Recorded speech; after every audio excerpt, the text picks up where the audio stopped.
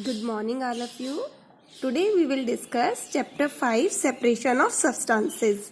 In the previous video, we have discussed what is the need of separation of substances. To remove harmful and unwanted components, we need to separate them from the mixture. There are harmful and unwanted components present in the mixture which we have to remove. And to obtain useful components also, we need to separate substances. What are the ways to separate substances without changing original properties? We have discussed few of the methods of separation of substances in the previous video. These methods were threshing. In threshing, grains are separated from stalk with the help of a thresher. The method winnowing includes separation of lighter particles from heavier particles by the blowing wind. Hand picking. In this method, unwanted impurities are picked by the hand. And the method sieving. Large size particles are separated from small size particles with the help of a device called sieve. And magnetic separation. With the help of magnetic and non-magnetic substances are separated. Magnet attract the magnetic substances, and in this way magnetic substances can be separated from the non-magnetic one. These methods we have discussed in our previous video. So today we will discuss remaining method. Now today we will discuss separation of water soluble solids. For example, salt and sugar, these are soluble in water. From the solution, we can separate salt and sugar by the method of evaporation. For example, we can take salt solution. On supplying heat to the salt solution, water evaporates and salt will left behind. So, evaporation is a method in which a liquid changes into gaseous state on supplying heat. By heating a solution, liquid changes into gas. This process is called evaporation. So, by the evaporation method, we can separate salt from water. Salt will remain left behind and water will evaporate from the solution. The next method is condensation. Condensation is opposite of evaporation. In evaporation, liquid changes into gaseous state. And in condensation, the gaseous form of a liquid changes into liquid state. So, the gaseous form of water will change into the liquid water in the process of condensation. By these two methods, we can separate water soluble solids. For example, on evaporating salt solution, water will evaporate and salt will left behind. The water so evaporate can be condensed with the help of ice cubes and can be changed back into the liquid water. Now the next is separation of insoluble solid from liquids. Insoluble solid like mud, chalk powder, these are not soluble in liquid. For example, we take muddy water. How we can separate mud from the water? The method which are involved in separating insoluble solid from liquid are sedimentation and decantation. First we will discuss sedimentation. In the process of sedimentation, heavier insoluble particles settle down in the liquid.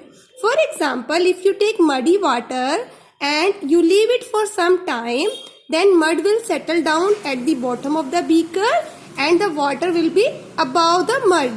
In this way, heavier insoluble particles get settled down in the mixture, and by the process of sedimentation, the mud can be removed from the water.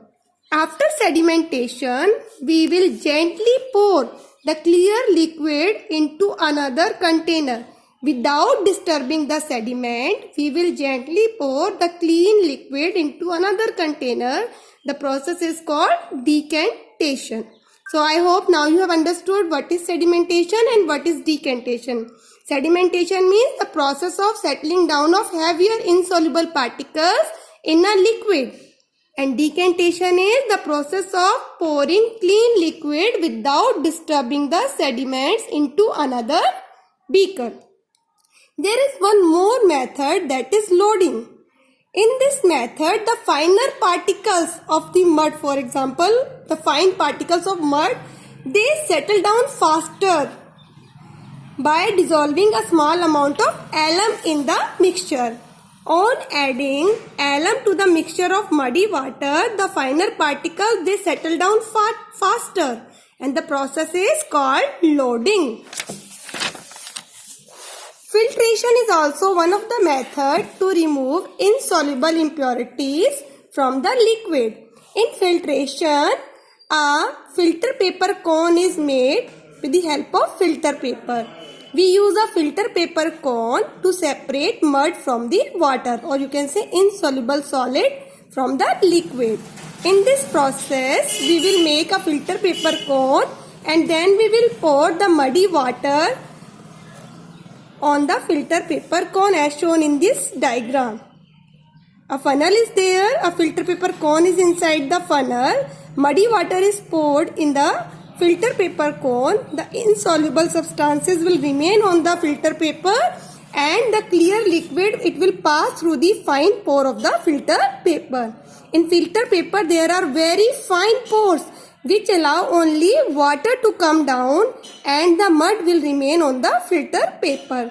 The mud which remain on the filter paper, or you can say the insoluble particles which remain on the filter paper, they are called residue, and the clear liquid which come in the beaker is known as filtrate. This method is called filtration. So by filtration we can remove insoluble impurities from a liquid using a filter paper cone.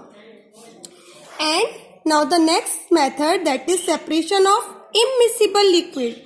Oil and water are immiscible liquid. To separate to immiscible liquid like oil and water, we use a separating funnel. This is the diagram of separating funnel. Mixture of oil and water is poured in this separating funnel. Oil being lighter form the layer above the water. So when we open the nozzle of the separating funnel, then the water will come out first in the beaker. As soon as the layer of oil reach the nozzle, we will stop the nozzle, and we will take another beaker, and we will get oil in that beaker. In this way, by using separating funnel, we can separate a mixture of oil and water, or you can say two immiscible liquids can be separated by the method using separating funnel. So this was all about separation of substances. I hope you understood the chapter well, and after this you will get some questions related to the chapter in the WhatsApp group. If you have any query, you can ask me on my number. Thank you, students.